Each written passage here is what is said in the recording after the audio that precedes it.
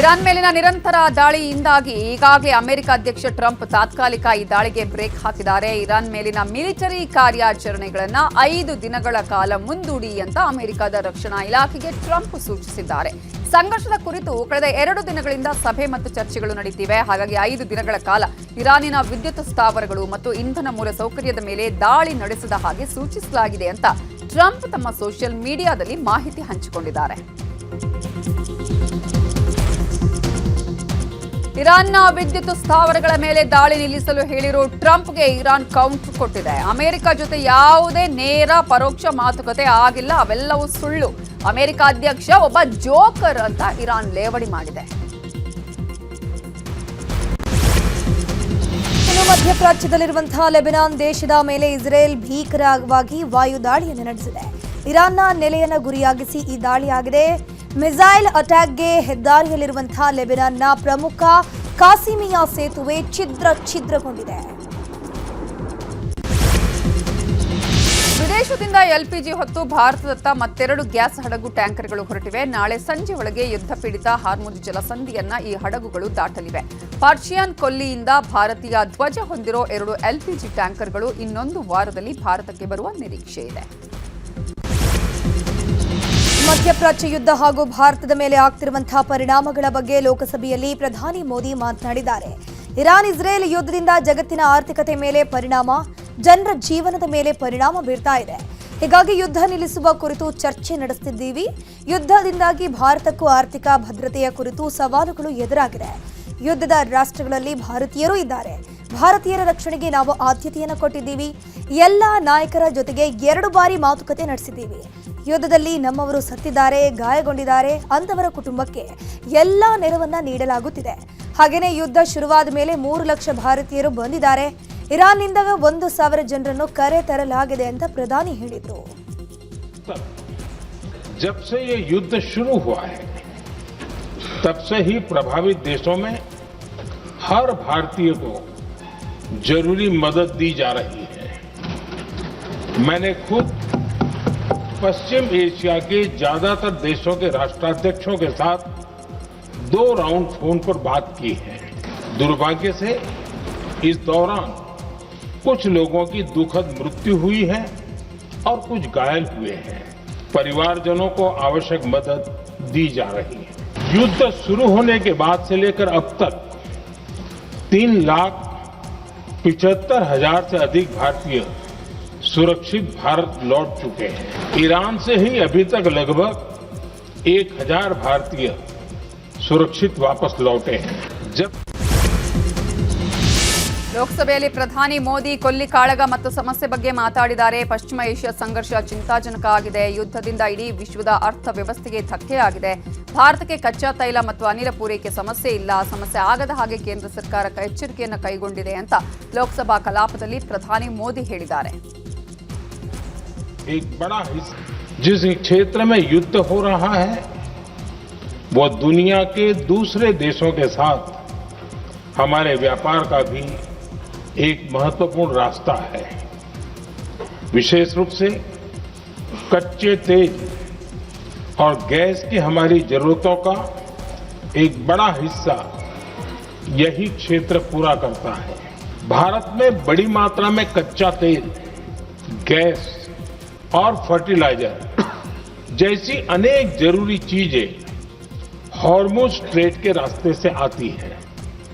युद्ध के बाद से ही हॉर्मुज स्ट्रेट में जहाजों का आना जाना बहुत चुनौतीपूर्ण हो गया है कि पेट्रोल, डीजल और गैस की सप्लाई बहुत ज्यादा प्रभावित न हो.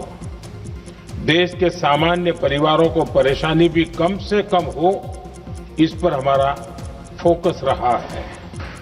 ಕೊಲ್ಲಿ ರಾಷ್ಟ್ರಗಳ ನಡುವಿನ ಯುದ್ಧ ನಿಲ್ಲಬೇಕು, ಶಾಂತಿ ಮಾತುಕತೆಗೆ ಕೇಂದ್ರ ಸರ್ಕಾರ ಹೆಜ್ಜೆಯನ್ನ ಇಟ್ಟಿದೆ. ಈ ಸಂಸತ್ನಿಂದ ಜಗತ್ತಿಗೆ ಸಂದೇಶ ಹೋಗಬೇಕು, ಒಗ್ಗಟ್ಟಿನ ಸಂದೇಶ ರವಾನಿಸೋಣ ಅಂತ ಲೋಕಸಭೆಯಲ್ಲಿ ಮೋದಿ ಸಂದೇಶ ಕೊಟ್ಟಿದ್ದಾರೆ. विशेष कि भारत की संसद से इस संकट को लेकर एक मत और एकजुट आवाज दुनिया में जाए. कि भारत की संसद से इस संकट को लेकर एक मत और एकजुट आवाज दुनिया में जाए कि भारत की संसद ರಾಜ್ಯದಲ್ಲಿ ಗ್ಯಾಸ್ ಸಿಲಿಂಡರ್ ಸಮಸ್ಯೆ ಮುಂದುವರೆದಿದ್ದು ಈ ಬಗ್ಗೆ ಸಚಿವ ಕೆಎಚ್ ಮುನಿಯಪ್ಪ ಸುದ್ದಿಗೋಷ್ಠಿ ಮಾಡಿದ್ದಾರೆ. ಕೇಂದ್ರ ಸರ್ಕಾರಕ್ಕೆ ಮುಖ್ಯಮಂತ್ರಿಗಳು ಎರಡನೇ ಪತ್ರವನ್ನು ಬರೆದಿದ್ದಾರೆ. ಕಮರ್ಷಿಯಲ್ ಸಿಲಿಂಡರ್ ವಿತರಣೆಗೆ ಶೇಕಡಾ 20% ಮಾತ್ರ ಅವಕಾಶವನ್ನು ನೀಡಲಾಗಿದೆ. ಕನಿಷ್ಠ 50% ಕೊಟ್ಟರೆ ಮಾತ್ರ ಹೋಟೆಲ್ ನಡೆಯುತ್ತೆ. 10,000 ಸಿಲಿಂಡರ್ ಪ್ರತಿದಿನ ಕಮರ್ಷಿಯಲ್ಗೆ ನೀಡಲಾಗ್ತಿದೆ. 2,500 ಸಿಲಿಂಡರ್ ಆಟೋಗೆ ಕೊಡ್ತಾ ಇದ್ದೀವಿ. ವಾರದಲ್ಲಿ ಗೇಲ್ ಕಂಪನಿಗೆ ಎಲ್ಲರೂ ನೋಂದಣಿ ಮಾಡ್ಕೊಳ್ಬೇಕು. ನೋಂದಣಿ ಆದ್ರೆ ಮಾತ್ರ ಸಿಲಿಂಡರ್ ಯಾರು ತಗೊಂಡು ಹೋಗ್ತಾರೆ ಅಂತ ಗೊತ್ತಾಗತ್ತೆ ಅಂತಂದ್ರು. 1000 ಸಿಲಿಂಡರ್ ಈಗ ಕನಿಷ್ಠ 50% ಕೊಟ್ಟರೆ ಮಾತ್ರ ಹೋಟೆಲ್ ನಡೆಯೋಕ್ಕಾಗುತ್ತೆ, ಅಲ್ಲದೇ ಅವ್ರಿಗೆ ಕಷ್ಟ ಆಗ್ತದೆ ಅನ್ನೋದನ್ನು ಕೇಂದ್ರ ಸರ್ಕಾರಕ್ಕೆ ನಾವು ಮನವಿ ಮಾಡೋಣ. ಮೂರನೇ ವಿಷಯ, ಈಗ ಯಾವ ರೀತಿ ಹಂಚಿಕೆ ಮಾಡಿಕೊಳ್ಬೇಕಂದ್ರೆ, ಈಗ ಕೊಟ್ಟಿರೋದರಲ್ಲಿ ನಾವು ಸುಮಾರು 10,000 ಸಿಲಿಂಡರ್ನ ಪ್ರತಿದಿನ ಕಮರ್ಷಿಯಲ್ಗೆ ಕೊಡ್ತಾರೆ. 20% ಅಂದರೆ ಅವರು ಸುಮಾರು ಎಲ್ಲ ಸೇರಿ 45,000 ಸಿಲಿಂಡರ್ ಉಪಯೋಗಿಸ್ತಾರೆ. ಅದರಲ್ಲಿ ನಾವು ಈಗ 10,000 ಸಿಲಿಂಡರ್ ಇವ್ರಿಗೆ ಕೊಡ್ತೀವಿ.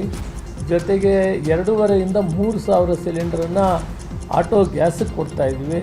ಬೇರೆ ಬೇರೆ ಐಟಮ್ ಸೇರಿ ಸುಮಾರು 15,000 ರಿಂದ 16,000 ನಾವು ಕಮರ್ಷಿಯಲ್ಗೆ ಕೊಡ್ತಾಯಿದ್ವಿ. ಒಂದು ವಾರದೊಳಗಡೆ ಎಲ್ಲ ಕಮರ್ಷಿಯಲ್ ಉಪಯೋಗಿಸುವಂಥವರು ಆ ಸಂಸ್ಥೆಗಳಲ್ಲೂ ಹೋಟೆಲ್ ಮೇಜರಾಗಿ ಇವರು ಗೈಲ್ ಕಂಪನಿಯಲ್ಲಿ ರಿಜಿಸ್ಟರ್ ಮಾಡಿದ್ರು. ಈಗ ಯುದ್ಧದ ಪರಿಣಾಮದಿಂದಾಗಿ ರಾಜ್ಯದಲ್ಲಿ ಗ್ಯಾಸ್ ಸಿಲಿಂಡರ್ ಸಮಸ್ಯೆ ಉಂಟಾಗಿದೆ. ಕೊಪ್ಪಳದಲ್ಲಿ ಮನೆ ಬಳಕೆ ಗ್ಯಾಸ್ ಸಿಲಿಂಡರ್ ಕೊರತೆ ಉಂಟಾಗಿದ್ದು ಜನ ಪರದಾಡುತ್ತಿದ್ದಾರೆ. ಗ್ಯಾಸ್ ಸಿಲಿಂಡರ್ಗಾಗಿ ಏಜೆನ್ಸಿ ಮುಂದೆ ಜನ ಸಾಲುಗಟ್ಟಿ ನಿಂತಿದ್ದಾರೆ.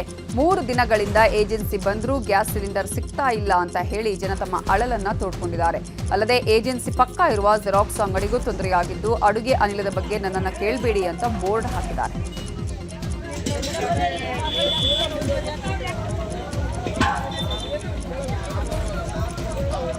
ಇದರ ಬಗ್ಗೆ ಗ್ಯಾಸ್ ಏಜೆನ್ಸಿ ಮಾಲೀಕ ರಾಘವೇಂದ್ರ ಕುಲಕರ್ಣಿ ಪ್ರತಿಕ್ರಿಯಿಸಿದ್ದಾರೆ. ಯುಗಾದಿ ರಂಜಾನ್ ಹಿನ್ನೆಲೆ ರಜೆ ಇತ್ತು. ಇವತ್ತು ಕೊಪ್ಪಳಕ್ಕೆ ಬರಬೇಕಾದ ಅಡುಗೆ ಅನಿಲದ ವಾಹನ ಇನ್ನೂ ಬಂದಿಲ್ಲ. ಅನಿಲ ಬಂದ್ರೆ ನಾಳೆಯಿಂದ ಮನೆ ಬಳಕೆ ಅಡುಗೆ ಅನಿಲ ಕೊಡ್ತೇವೆ ಅಂತ ಹೇಳಿದ್ದಾರೆ. ನಮ್ಗೆ ರಿಫಿಲಿಂಗ್ ಬಾಟ್ಲಿಂಗ್ ಪ್ಲಾಂಟ್ ಬಂದಿದ್ದ ಕಾರಣ ನಮ್ಗೆ ಸಿಲಿಂಡರ್ ಬಂದಿರೋದಿಲ್ಲ. ನಮ್ಗೆ ಯಾಜುವಲ್ ನಡೀತಾ ಇದೆ ಅಂತ ಅಂದ್ರೆ ಇವತ್ತು ನಮ್ಮ ಸಿಲಿಂಡರ್ಸ್ ಏನಾದ್ರೆ ಅಲ್ಲಿ 2 ಹಾಲ್ಡೇ ಕಂಟಿನ್ಯೂಸ್ ಹಾಲ್ಡೇ ಬಂದ ಕಾರಣ ಸಿಲಿಂಡರ್ ಬಂದಿಲ್ಲ. ಮತ್ತೆ ಯಾಜುವಲ್ ನಾಳೆ ಯಾಜುವಲ್ ಇರ್ತಾ ಇದೆ. ಜನ ಪ್ಯಾನಿಕ್ ಈಗ ಸ್ವಲ್ಪ ನಮ್ಮಲ್ಲಿ ಏನಾಗಿದೆ, ನಾವು ಲಾಸ್ಟ್ ಕಂಟಿನ್ಯೂಸ್ ವರ್ಕ್ ಮಾಡಿದ್ದೀವಿ. Friday Friday Saturday continuous work ಮಾಡೋಣ. ಸಂಡೇ ಹಾಲ್ಡೇ ಇತ್ತಲ್ವಾ, ಒಂದು ಸ್ವಲ್ಪ ಬರ್ತಾ ಇದ್ರು ಅರ್ಥ ಮಾಡ್ಕೊಂಡು ಕಳಿಸ್ತೀವಿ ಸರಿ ಅಂತ. ಏನು ಸ್ವಲ್ಪ ಚೇಂಜಸ್ ಮಾಡ್ತಾ ಇದೆ ಅಂತ ನಮ್ಮ ಮಾಹಿತಿ ಬಂದಿದೆ. ಏನೇನು ಬಂದಿದೆ ಅಂತ ನಮ್ಗೆ ನಾಳೆ ಗೊತ್ತಾಗಲ್ಲ. ನೀವು ಎಲ್ಲರಿಗೂ ಬುಕ್ಕಿಂಗ್ ಮಾಡಿದ್ರೆ ಆದ್ಯತೆ ಕೊಡಬೇಕಂತ ಪ್ರಿಫರೆನ್ಸ್ ಮಾಡಿದ್ವಿ. ನಮ್ಮ ಕಂಪ್ನಿ ಏನಾಗ್ತದೆ ಫಸ್ಟ್ ಇನ್ ಫಸ್ಟ್ ಔಟ್, ಯಾರು ಮೊದಲೇ ಬುಕ್ ಮಾಡಿದ್ರೆ ಅವ್ರಿಗೆ ಕೊಡೋಕೆ ಪ್ರಿಫರೆನ್ಸ್ ಮಾಡ್ತಾ ಇದ್ದೀವಿ ಸರ್. ಇಮಿಡಿಯೇಟ್ ಸ್ಪಾಟ್ ಬುಕಿಂಗ್ ಮಾಡಿದ್ರೆ ಭಾಳ ಕಷ್ಟ ಆಗುತ್ತೆ.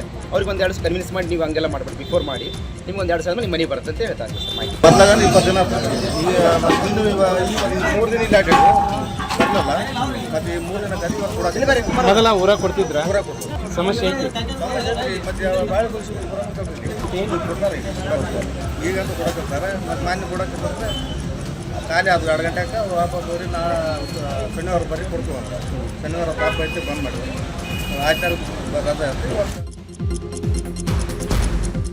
ಚಾಮರಾಜನಗರ ಜಿಲ್ಲೆಯಲ್ಲಿ ಕಮರ್ಷಿಯಲ್ ಗ್ಯಾಸ್ ಕೊರತೆಯಿಂದ 100ಕ್ಕೂ ಹೆಚ್ಚು ಫಾಸ್ಟ್ ಫುಡ್ ಕೇಂದ್ರಗಳು, ಸಣ್ಣ ಹೋಟೆಲ್ಗಳು ಬಂದ್ ಆಗಿವೆ. ಗ್ಯಾಸ್ ಸಿಲಿಂಡರ್ಗಳ ಮೇಲೆ ಸಂಪೂರ್ಣ ಅವಲಂಬಿತವಾಗಿರುವ ಸಣ್ಣಪುಟ್ಟ ಹೋಟೆಲ್, ಫಾಸ್ಟ್ ಫುಡ್ ಸೆಂಟರ್ಗಳು ಹಂತವಾಗಿ ಕ್ಲೋಸ್ ಆಗಿವೆ. ಆಹಾರ ತಯಾರಿಕೆ, ಸರಬರಾಜು ಕಾರ್ಮಿಕರಿಗೂ ಕೂಡ ಈಗ ಕೆಲಸ ಇಲ್ಲದಂತಾಗಿದೆ. ಬೇದರಲ್ಲೂ ಗ್ಯಾಸ್ ಇಲ್ಲದೆ ಭಾರೀ ತೊಂದರೆಯಾಗುತ್ತಿದೆ. 15 ದಿನಗಳಿಂದ ಅಡುಗೆ ಅನಿಲಕ್ಕಾಗಿ ಜನ ಪರದಾಡುತ್ತಿದ್ದಾರೆ. ಇನ್ನು ಗ್ಯಾಸ್ ಸಿಗದೆ ವಿಶೇಷ ಚೇತನ ವ್ಯಕ್ತಿಯೊಬ್ಬ ಪರದಾಡಿದ್ದು ಕಂಡುಬಂತು. ಗ್ಯಾಸ್ ಏಜೆನ್ಸಿ ಮುಂದೆ 100 ಜನ ಗ್ಯಾಸ್ ಪಡೆಯೋದಕ್ಕೆ ಕ್ಯೂ ನಿಂತಿದ್ರು. ಗ್ಯಾಸ್ ವಿತರಣೆಯಲ್ಲಿ ವ್ಯವಸ್ಥಿತ ಲೋಪ ಕಂಡು ಬರ್ತಾ ಇದ್ರು. ಜಿಲ್ಲಾಡಳಿತ ಮಾತ್ರ ಕಣ್ಮುಚ್ಚಿ ಕುಳಿತಿದೆ ಅಂತ ಜನ ಆರೋಪ ಮಾಡಿದ್ದಾರೆ. ಚಾಮರಾಜನಗರದಲ್ಲಿ ಡೊಮೆಸ್ಟಿಕ್ ಗ್ಯಾಸ್ ಸಿಲಿಂಡರ್ ದುರ್ಬಳಕೆ ಮಾಡಿಕೊಳ್ತಿದ್ದವರಿಗೆ ಅಧಿಕಾರಿಗಳು ಬಿಸಿ ಮುಟ್ಟಿಸಿದ್ದಾರೆ. ಕಮರ್ಷಿಯಲ್ ಬದಲು ಡೊಮೆಸ್ಟಿಕ್ ಗ್ಯಾಸ್ ಸಿಲಿಂಡರ್ ಬಳಸುತ್ತಿದ್ದ ಹೋಟೆಲ್, ಬಾರ್, ಫಾಸ್ಟ್ ಫುಡ್ ಸೆಂಟರ್ಗಳ ಮೇಲೆ ಆಹಾರ ಇಲಾಖಾ ಅಧಿಕಾರಿಗಳು ದಾಳಿ ನಡೆಸಿದ್ದಾರೆ. ದಾಳಿ ವೇಳೆ 11 ಡೊಮೆಸ್ಟಿಕ್ ಗ್ಯಾಸ್ ಸಿಲಿಂಡರ್ಗಳನ್ನು ವಶಕ್ಕೆ ಪಡೆದು ಪ್ರಕರಣ ದಾಖಲಿಸಿದ್ದಾರೆ.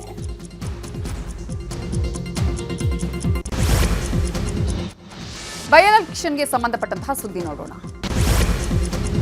ದಾವಣಗೆರೆ ದಕ್ಷಿಣ ಉಪಚುನಾವಣೆಯ ಕಾವು ಜೋರಾಗಿದೆ. ಎಸ್ಎಸ್ ಮಲ್ಲಿಕಾರ್ಜುನ್ ಪುತ್ರ ಸಮರ್ಥ್ ಮಲ್ಲಿಕಾರ್ಜುನ್ ನಾಮಪತ್ರ ಸಲ್ಲಿಕೆ ಮಾಡಿದ್ದು, ಸಮರ್ಥ್ಗೆ ಸಿಎಂ ಸಿದ್ದರಾಮಯ್ಯ, ಡಿಸಿಎಂ ಡಿಕೆಶಿ ಸಾಥ್ ಕೊಟ್ಟರು. ಬಳಿಕ ಮಾತಾಡಿರುವ ಸಿಎಂ, ಡಿಸಿಎಂ ಉಪಚುನಾವಣೆ ಗೆದ್ದೇ ಗೆಲ್ತೇವೆ ಅಂತ ಹೇಳಿದ್ರು. ವಿದೇಶದಲ್ಲಿ ಕಲಿತು ಗ್ರಾಮೀಣ ಸೇವೆಗೆ ಸಮರ್ಥ್ ಬಂದಿದ್ದಾರೆ ಅಂತ ಡಿಕೆ ಶಿವಕುಮಾರ್ ಹೇಳಿದ್ರು. ಇನ್ನು ಪಕ್ಷದ ಗೆಲುವಿಗಾಗಿ ದಾವಣಗೆರೆಯಲ್ಲೇ ಠಿಕಾಣಿ ಹೂಡ್ತೀನಿ ಅಂತ ಸಚಿವ ಜಮೀರ್ ಅಹಮದ್ ಹೇಳಿದ್ದಾರೆ.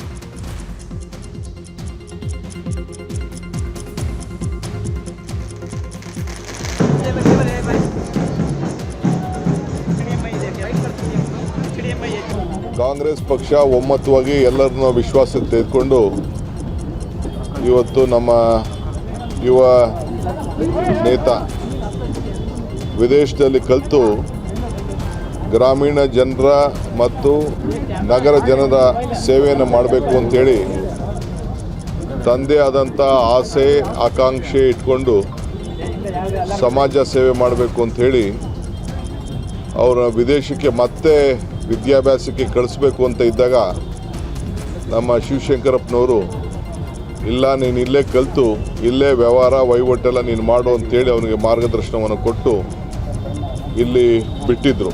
ನಮ್ಮೆಲ್ಲ ಶಾಸಕರ ಜೊತೆಯಲ್ಲಿ ಚರ್ಚೆ ಮಾಡಿ ಈ ನಿರ್ಧಾರಕ್ಕೆ ಬಂದಿದ್ದೇವೆ. ಈ ಮಧ್ಯೆ ನಮ್ಮ ಎಲ್ಲ ಮುಸಲ್ಮಾನ್ ಶಾಸಕರು, ನಮ್ಮ ನಾಯಕರುಗಳು ಅವರೆಲ್ಲ ಜನಸಂಖ್ಯೆ ಸ್ವಲ್ಪ ಇದೆ, ನೀವು ಅವಕಾಶ ಮಾಡಿಕೊಡ್ಬೇಕು ಅಂತ ಹೇಳಿ ಅವ್ರಿಗೆ ಮನವಿಯನ್ನು ನಮಗೆ ಮಾಡಿದರು. ಸೊ ನಾವು ಕೆಲವು ಲೆಕ್ಕಾಚಾರ ಎಲ್ಲ ನಾವು ನೋಡಿದು. ನಮ್ಮ ಕಾಂಗ್ರೆಸ್ ಪಕ್ಷದ ಮೊದಲಿಂದ ಕೂಡ ಒಂದು ಪದ್ಧತಿ ಇದೆ. ಹಿಂದೆ ಕೂಡ ಈ ವಿಚಾರ ಬಂದಾಗ ನಾವು ನಮ್ಮ ಪಕ್ಷದ ಮುಖಂಡರಂತ ಅಲ್ಪಸಂಖ್ಯಾತರ ಅಧ್ಯಕ್ಷರಂತ ನಮ್ಮ ಇವರಿಗೆ ನಮ್ಮ MLC ಮಾಡಿ ಅವ್ರಿಗೆ ಜಬ್ಬಾರ್ಗೆ MLCಯನ್ನು ಕೂಡ ನಾವು ಮಾಡಿದ್ದು, 3 ಬಾರಿ MLC ಮಾಡಿದ್ದು. ಸೊ ಮುಂದೆ ಕೂಡ ಅನೇಕ ಅವಕಾಶಗಳು ಪ್ರತಿ ಸಂದರ್ಭದಲ್ಲೂ ಕೂಡ ರಾಜ್ಯಸಭೆಗಾಗಲಿ ವಿಧಾನ ಪರಿಷತ್ ಆಗಲಿ ಚೇರ್ಮನ್ಗಳಾಗಲಿ ಅತಿ ಹೆಚ್ಚಾಗಿ ನಾವು ನೇಮಕವನ್ನು ಮಾಡಿಕೊಂಡು ಆ ಸಮಾಜಕ್ಕೆ ನ್ಯಾಯವನ್ನು ಕೊಡುವಂಥ ಕೆಲಸವನ್ನು ನಾವು ಮಾಡಿಕೊಂಡು ನಾವು ಬಂದಿದ್ದೇವೆ. ದಾವಣಗೆರೆಯಲ್ಲಿ ಪೈಲ್ವಾನ್ ಸಾದಿಕ್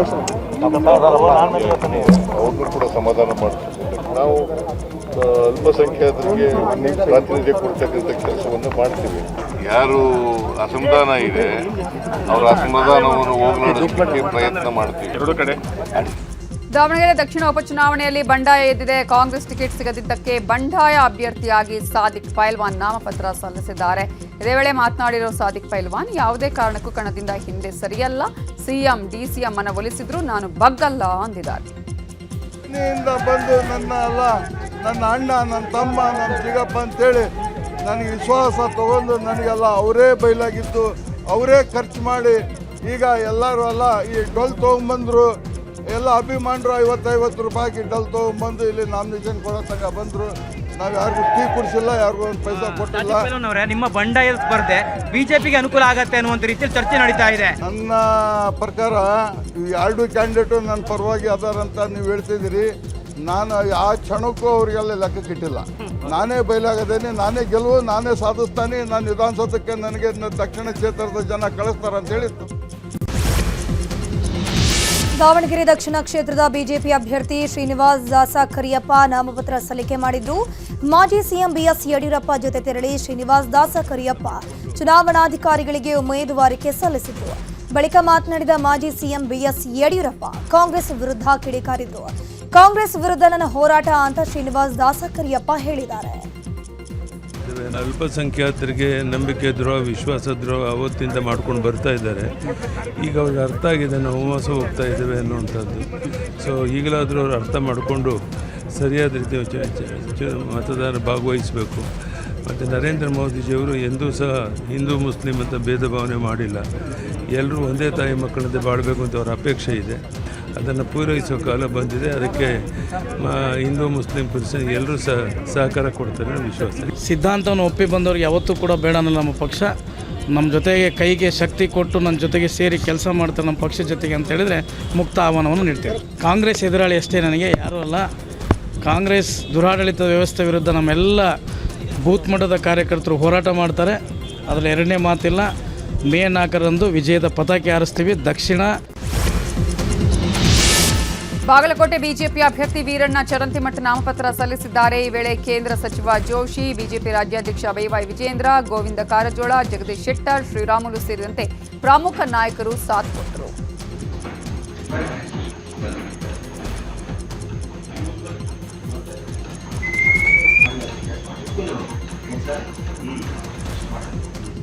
ಇವತ್ತು ಸನ್ಮಾನ್ಯ ಚರಂತಿಮಠ ಅವರ ನಾಮಿನೇಷನನ್ನು ನಮ್ಮೆಲ್ಲ ಪ್ರಮುಖರೊಂದಿಗೆ ನಮ್ಮ ರಾಜ್ಯಾಧ್ಯಕ್ಷರು, ಆನಂತರ ಜಗದೀಶ್ ಶೆಟ್ಟರು, ಗದ್ದಿಗೌಡರು, ಕಾರಜೋಳ ಅವರು, ನಿರಾಣಿಯವರು, ಈ ರೀತಿ ಅನೇಕ ಪ್ರಮುಖರು ಸೇರಿದಂತೆ ಮಾಡಿದ್ದಾರೆ. ಇವತ್ತು ಇಲ್ಲಿನ MLC ಅವರಾದಂಥ PH ಪೂಜಾರ್ ಅವರು, ಹನುಮಂತ್ ನಿರಾಣಿಯವರು, ಈ ರೀತಿ ಇಲ್ಲಿ ಜಿಲ್ಲೆಯ ಎಲ್ಲ ಪ್ರಮುಖರು ಮತ್ತು ಹೊರಗಿನಿಂದನೂ ಬೇರೆ ಬೇರೆ ನಮ್ಮ ರಾಜ್ಯದ ಪ್ರಮುಖರು ಬಂದು ನಾವು ನಾಮಪತ್ರವನ್ನು ಸಲ್ಲಿಸಿದ್ದೇವೆ. ಬಾಗಲಕೋಟೆ ಕಾಂಗ್ರೆಸ್ ಅಭ್ಯರ್ಥಿ ಉಮೇಶ್ ಮೇಟಿಯು ನಾಮಪತ್ರ ಸಲ್ಲಿಸಿದರು. ಉಮೇಶ್ಗೆ CM Siddaramaiah, DCM DK Shivakumar ಸಾಥ್ ನೀಡಿದರು. ನಾನು ಅಧ್ಯಕ್ಷರು ನಾವೆಲ್ಲರೂ ಕೂಡ, ಮತ್ತು ಗೋಪಿನಾಥ್ AICC ಸೆಕ್ರೆಟರಿ ನಾವೆಲ್ಲರೂ ಕೂಡ ಬಂದಿದ್ದು ನಾಮಿನೇಷನ್ ಹಾಕಿದ್ದೀವಿ. ಎಲ್ಲರೂ ಕೂಡ ಬಾಗಲಕೋಟೆ ಉಪಚುನಾವಣೆ ಅಖಾಡ ರಂಗೇರಿದೆ. ಈ ಮಧ್ಯೆ ಬಿಜೆಪಿ ನಾಯಕರ ಬಿಕ್ಕಟ್ಟು ಶಮನಕ್ಕೆ ಪ್ರಯತ್ನಿಸಲಾಗುತ್ತಿದೆ. ನಗರದ ಹೊರವಲಯದ ರೆಸಾರ್ಟ್ನಲ್ಲಿ BY ವಿಜೇಂದ್ರ, ಕೇಂದ್ರ ಸಚಿವ ಪ್ರಹ್ಲಾದ್ ಜೋಶಿ ನೇತೃತ್ವದಲ್ಲಿ ವೀರಣ್ಣ ಚರಂತಿಮಠ, PH ಪೂಜಾರ್ ನಡುವೆ ಸಂಧಾನ ಸಭೆ ಮಾಡಲಾಗಿದೆ.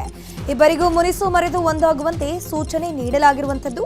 ಸಭೆಯಲ್ಲಿ ಸಂಸದ ಗೋವಿಂದ ಕಾರಜೋಳ, PC ಗದ್ದಿಗೌಡರ್, ರಾಜ್ಯಸಭಾ ಸದಸ್ಯ ನಾರಾಯಣ ಸಾಬಾಂಡೆ, ಮಾಜಿ ಸಚಿವ ಮುರುಗೇಶ್ ನಿರಾಣಿ, ಶಾಸಕ ಸಿದ್ದು ಸವದಿ ಭಾಗಿಯಾಗಿದ್ದರು. ಸಭೆ ಬಳಿಕ ಮಾತನಾಡಿದ ಕೇಂದ್ರ ಸಚಿವ ಪ್ರಹ್ಲಾದ್ ಜೋಶಿ, ಬೆಲೆ ಏರಿಕೆ, ತುಷ್ಟೀಕರಣದ ರಾಜಕಾರಣ ರಾಜ್ಯದಲ್ಲಿ ಹೆಚ್ಚಾಗ್ತಾ ಇದೆ. ಮತಾಂತರ ಶಕ್ತಿಗಳು ತಲೆ ಎತ್ತಿ ಸಾಮರಸ್ಯ ಹಾಳು ಮಾಡ್ತಿದೆ. ಭ್ರಷ್ಟಾಚಾರದಿಂದ ಜನ ಬೇಸತ್ತು ಹೋಗಿದ್ದಾರೆ. ಚುನಾವಣೆಯಲ್ಲಿ ದೊಡ್ಡ ತಿರುವು ಸಿಗತ್ತೆ. ಸರ್ಕಾರ ಒಳ್ಳೆಯ ಕೆಲಸ ಮಾಡಿದಾಗ ಅನುಕಂಪ ಇರುತ್ತೆ. ಪೂಜಾರ, ಚರಂತಿಮಠ ನಡುವೆ ಇದ್ದಂತಹ ಸಣ್ಣ ಪುಟ್ಟ ಭಿನ್ನಾಭಿಪ್ರಾಯ ಸರಿ ಮಾಡಿದ್ದೀವಿ ಅಂತಂದ್ರು. ಈಗ ರಾಜಕೀಯ ಬೆಳವಣಿಗೆಗಳ ಸುದ್ದಿ. ಸ್ಥಳೀಯ ಸಂಸ್ಥೆಗಳ ಚುನಾವಣೆಯಲ್ಲಿ ಬ್ಯಾಲೆಟ್ ಪೇಪರ್ ತರುವ ವಿಧೇಯಕವನ್ನು ವಿಧಾನಸಭೆಯಲ್ಲಿ ಮಂಡಿಸಲಾಗಿದೆ. ಗ್ರಾಮೀಣಾಭಿವೃದ್ಧಿ ಸಚಿವ ಪ್ರಿಯಾಂಕ್ ಖರ್ಗೆ ಮಂಡನೆ ಮಾಡಿದ್ರು. ಬಿಜೆಪಿಗರ ವಿರೋಧದ ನಡುವೆಯೂ ವಿಧೇಯಕ ಅಂಗೀಕಾರವಾಗಿದೆ. ಬ್ಯಾಲೆಟ್ ಪೇಪರ್ ವಿಧೇಯಕಕ್ಕೆ ಪ್ರತಿಪಕ್ಷ ನಾಯಕ ಆರ್ ಅಶೋಕ್ ಸೇರಿದಂತೆ ಬಿಜೆಪಿ ನಾಯಕರು ಖಂಡನೆಯನ್ನು ವ್ಯಕ್ತಪಡಿಸಿದ್ದಾರೆ.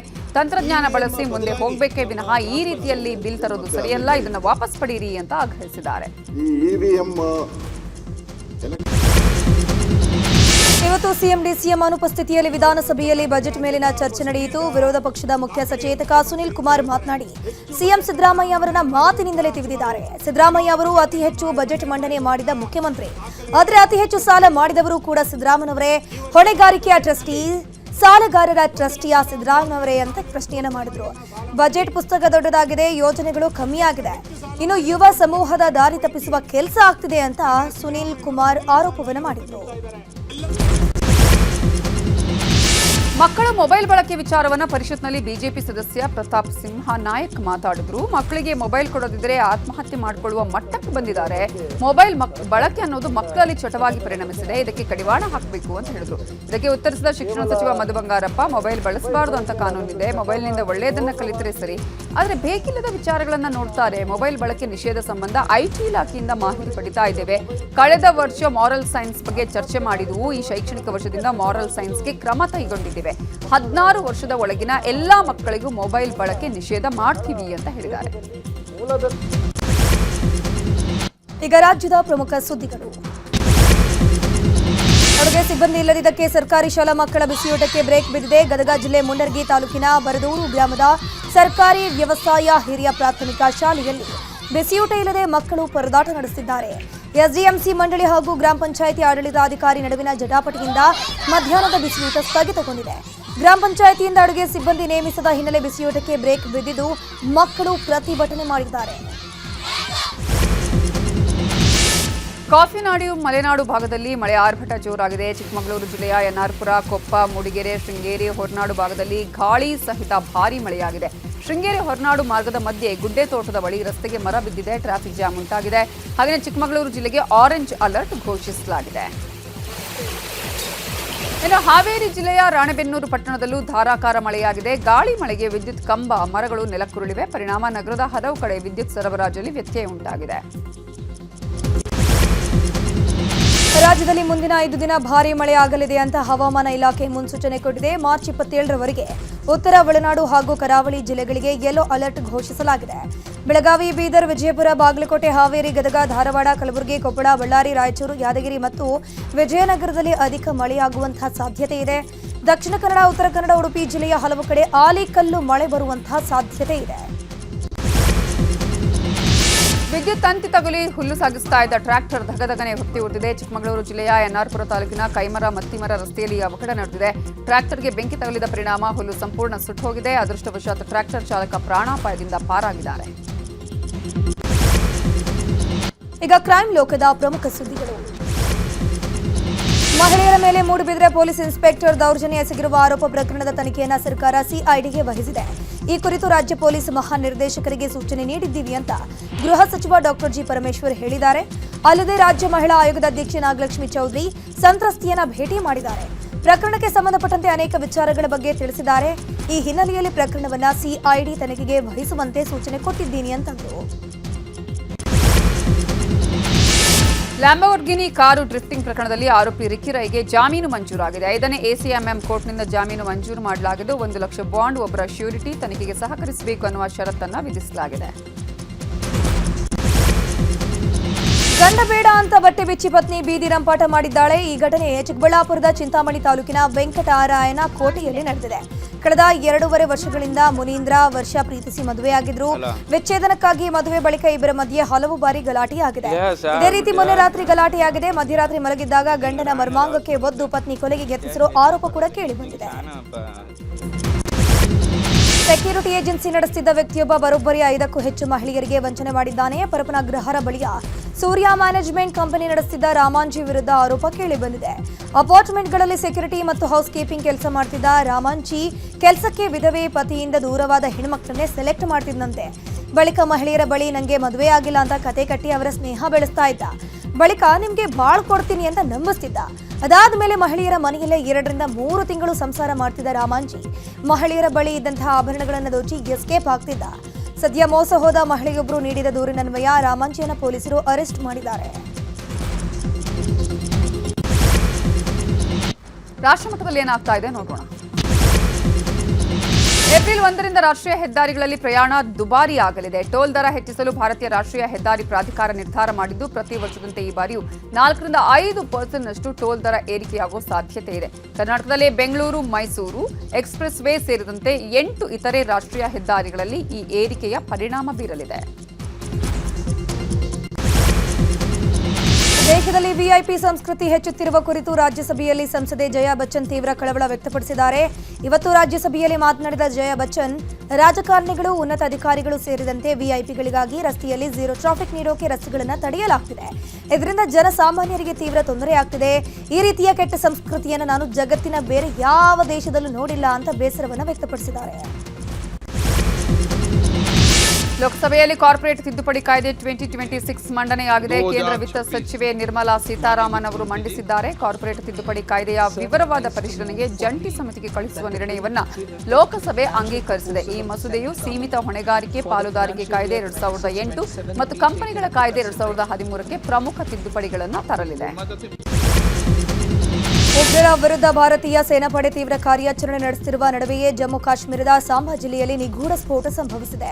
ಇನ್ನು ಘಲ್ವಾಲ್ ಪ್ರದೇಶದ ಗವಾಲಾ ತಲಾಬ್ ಗ್ರಾಮದಲ್ಲಿ ಮಾಜಿ ಸರ್ಪಂಚ್ ಜೈರಾಮ್ ಶರ್ಮಾ ಅವರ ಮನೆ ಬಳಿ ಈ ಸ್ಫೋಟ ಸಂಭವಿಸಿದೆ. ಇಡೀ ದೇಶದ ಕಣ್ಣು ನೆಟ್ಟಿರೋ ಪಂಚರಾಜ್ಯ ಚುನಾವಣೆಗೆ ಪ್ರಕ್ರಿಯೆಗಳು ಆರಂಭ ಆಗಿದ್ದು, ಅಸ್ಸಾಂನ ಚುನಾವಣಾ ಪೂರ್ವ ವೋಟ್ ಟ್ರ್ಯಾಕ್ಟರ್ ಸಮೀಕ್ಷೆ ಹೊರಬಿದ್ದಿದೆ. ಸಮೀಕ್ಷೆ ಪ್ರಕಾರ 126 ಸಂಖ್ಯಾಬಲದ ರಾಜ್ಯದಲ್ಲಿ ಬಿಜೆಪಿ ಅತಿ ದೊಡ್ಡ ಪಕ್ಷವಾಗಲಿದ್ದು 80 ರಿಂದ 90 ಸ್ಥಾನಗಳನ್ನು ಗೆಲ್ಲುವ ಸಾಧ್ಯತೆ ಇದೆ. ಕಾಂಗ್ರೆಸ್ 29 ರಿಂದ 39, ಹಾಗೆಯೇ ಇತರೆ 4 ರಿಂದ 8 ಕ್ಷೇತ್ರಗಳಲ್ಲಿ ಇತರರು ಗೆಲ್ಲುವ ಸಾಧ್ಯತೆ ಇದೆ. ಈಗ ವಿದೇಶಿ ಸುದ್ದಿಗಳು. ನ್ಯೂಯಾರ್ಕ್ನ ಲಾಗಾರ್ಡಿಯಾ ವಿಮಾನ ನಿಲ್ದಾಣದಲ್ಲಿ ಲ್ಯಾಂಡಿಂಗ್ ವೇಳೆ ಏರ್ ಕೆನಡಾ ಎಕ್ಸ್‌ಪ್ರೆಸ್ ವಿಮಾನ ಅಪಘಾತಕ್ಕೀಡಾಗಿದೆ. ಅಗ್ನಿಶಾಮಕ ವಾಹನಕ್ಕೆ ವಿಮಾನ ಡಿಕ್ಕಿ ಹೊಡೆದಿದೆ. ಈ ಅವಘಡದಲ್ಲಿ 2 ಪ್ರಯಾಣಿಕರು ಸಾವನ್ನಪ್ಪಿದ್ದಾರೆ. ಕೆನಡಾದ ಮ್ಯಾಂಟ್ರಿಯಲ್ನಿಂದ ಬರ್ತಿದ್ದ ಏರ್ ಕೆನಡಾ ಎಕ್ಸ್‌ಪ್ರೆಸ್ CRJ-900 ವಿಮಾನವು ರನ್ವೇ 4ರಲ್ಲಿ ಲ್ಯಾಂಡ್ ಆಗಿತ್ತು. ಈ ವೇಳೆ ರನ್ವೇನಲ್ಲೇ ಫೈರ್ ಟ್ರಕ್ಗೆ ವಿಮಾನ ಡಿಕ್ಕಿಯಾಗಿದೆ. ಅಪಘಾತದ ಬಳಿಕ ಒಳಬರುವ ವಿಮಾನಗಳಿಗೆ ಏರ್ಪೋರ್ಟ್ ಮುಚ್ಚಲಾಗಿದೆ.